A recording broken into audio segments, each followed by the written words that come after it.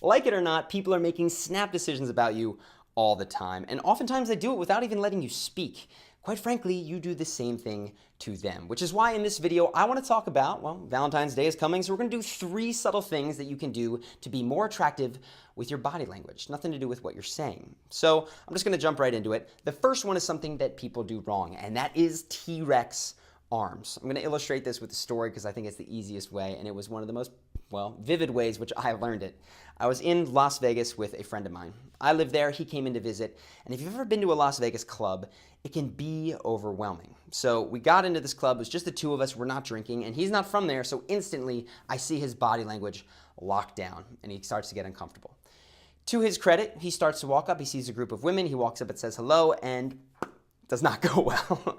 His lack of confidence shines through, and they disappear within pretty much 15-30 seconds. Say, it's all right, man, don't sweat it. We're just going to go, we'll have fun on the dance floor. Go to the dance floor, and the same lack of confidence is shining through. He's not moving very much. He's kind of dancing in this little box like a T-Rex. So I say, hey, lift your elbows off of your rib cage. Be a little bit more expansive. Be expressive, and just dance as goofy as you can. Now, this is silly, but he does it, and he looks goofy for a minute, but really 2 things happen. First off, because there's a feedback loop with the way your body works and the way your mind works, as he starts to move in a more expansive way, he starts to feel more confident, and I'm sure you've experienced the same thing, or perhaps the reverse, when you walk around like this. The second thing that happened is that people started to notice him on the dance floor, and, well, we started dancing with some people. Not only that, when we went off the dance floor, he maintained those kind of expansive gestures, the pointing like this, moving around, not having his elbows glued to his side. And the next group of women that we spoke to, we wound up hanging out with for the rest of the night in the club, and he did that. Because not only did they see that he was more confident, but he felt it too. So, use expansive gestures, no matter where you are, right? So you see a friend, you can say this, hey, what's up? Or you can say, what's up, man?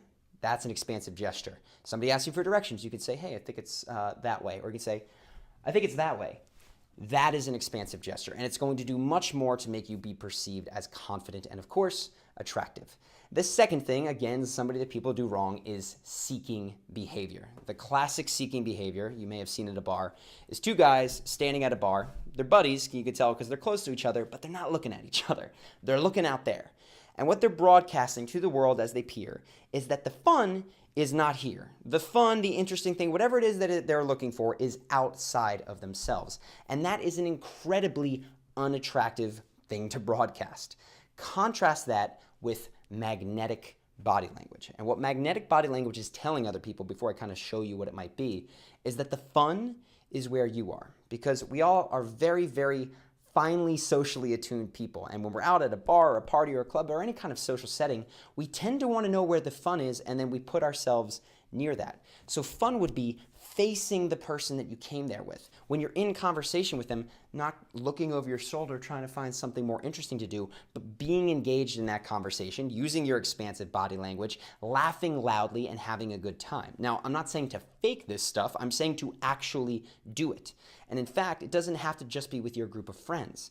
Something else that I see in terms of body language is people will kind of walk around spaces, parties, clubs, bars, whatever, almost as if they were looking for something. They do loops, and I'm guilty of this myself.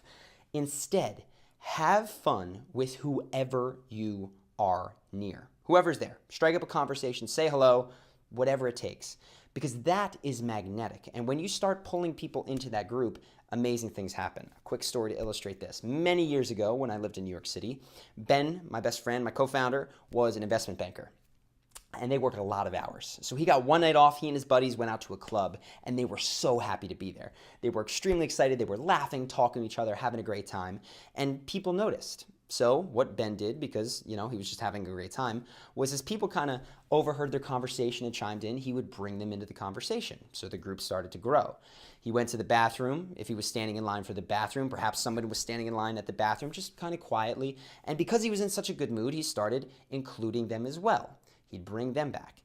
In this way, he started to grow this core group until somebody came up to him and said, hey, are you working? And he said, no, I'm not working. If I was working, I wouldn't be here. He said, oh, sorry, man. I thought that you were a club promoter, just based on the amount of people that you had here. Since you're not, maybe you want to come out with me.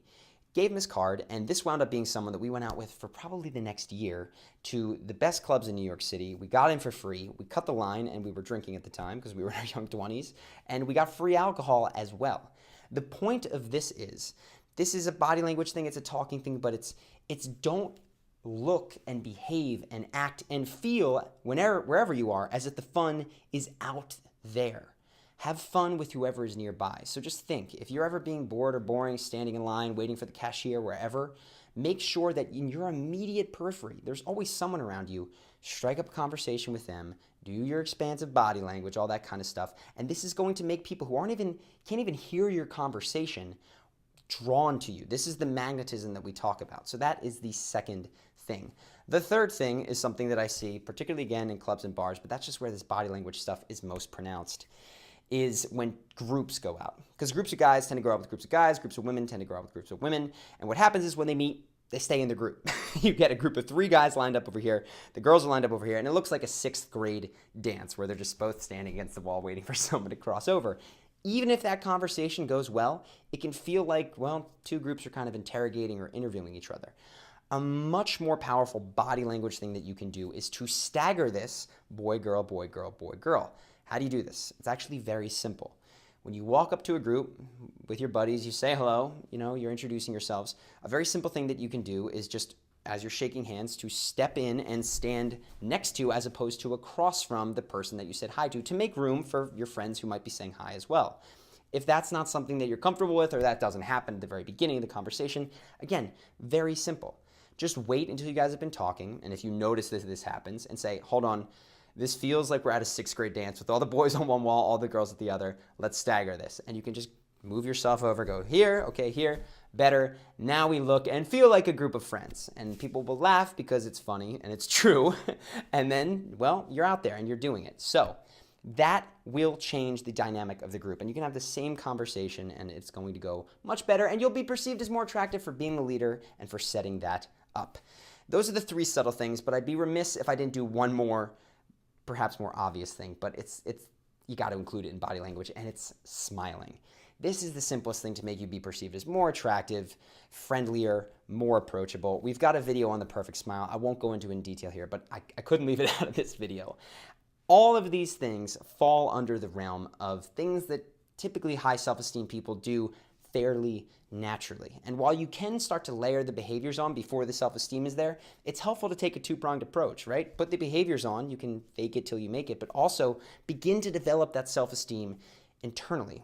Momento, paréntesis. Ahora Charlie les recomienda que lean el libro de los 6 pilares de la autoestima de Nathaniel Branden y da un código promocional para audible.com. Pero yo no lo pedí porque la verdad es que nunca entro mucho al sitio y no sé qué tantos libros hay en español. Pero lo que sí hice por ustedes fue crear una página en la Universidad del Carisma que para acceder solamente tienen que crear una pestaña nueva e ir a universidadcarisma.com/libros y van a ver una lista de todos los libros que recomendamos en el canal desde el primer video hasta el último. Y ahora sí, sigamos con el video. Hope that you guys enjoyed it. If you have any questions, go ahead, leave them in the comments below. And if you want to see more like this, make sure to subscribe and, of course, to hit that notification bell so you don't miss any other tips. Have a happy and wonderful Valentine's Day, no matter who you're with, right? Be magnetic, have a good time with the people around, and I'll see you in the next video.